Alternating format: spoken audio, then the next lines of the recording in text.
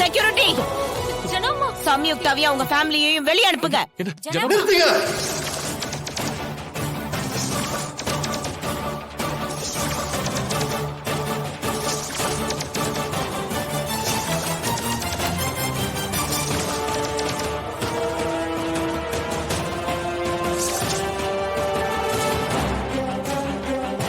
என்ன ஜானு, உனக்கு இந்த கல்யாணத்துல விருப்பம் இல்லைன்னு எனக்கு நல்லா தெரியும்.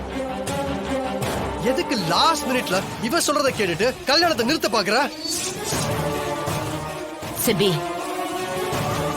உன் வாழ்க்கை கெட்டு போயிடும்.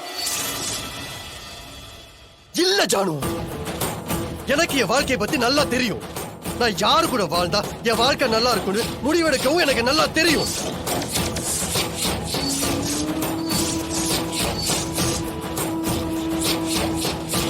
எனக்கு சம்யுக்தா கூட தான் கல்யாணம் நடக்கணும்.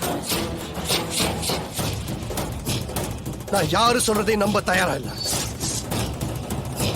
அப்படியா சிபி, இன்னும் ஒரு நிமிஷம் இந்த குடும்பம் இங்க இருந்தா நான் இங்க இருக்க மாட்டேன்.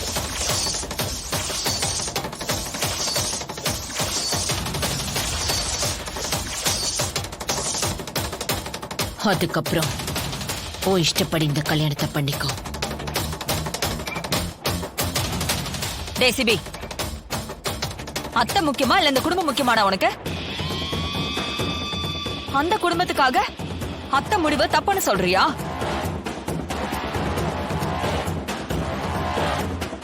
செக்யூரிட்டி, அந்த குடும்பத்தை வெளியில தள்ளுங்க. அதுக்கப்புறம் என்ன பண்ணணுங்கிறத நாம அப்புறம் யோசிக்கலாம். சரி, அவங்க வெளியில போகட்டும். ஆனா அவங்க வெளியில போனா நானும் கூட போயிருவேன்.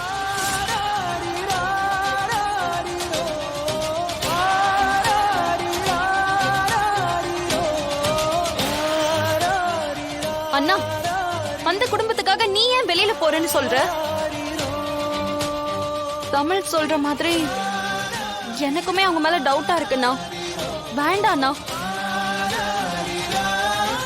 ஏன்பா, எதுக்கு இப்ப பிரச்சனை?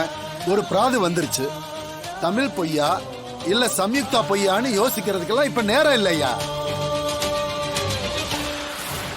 ஒரு பெரிய குடும்பத்துல பையனுக்கு கல்யாணம் முடிவு பண்ணி அது கடைசி நேரத்துல நின்னா ரொம்ப அசிங்கம்.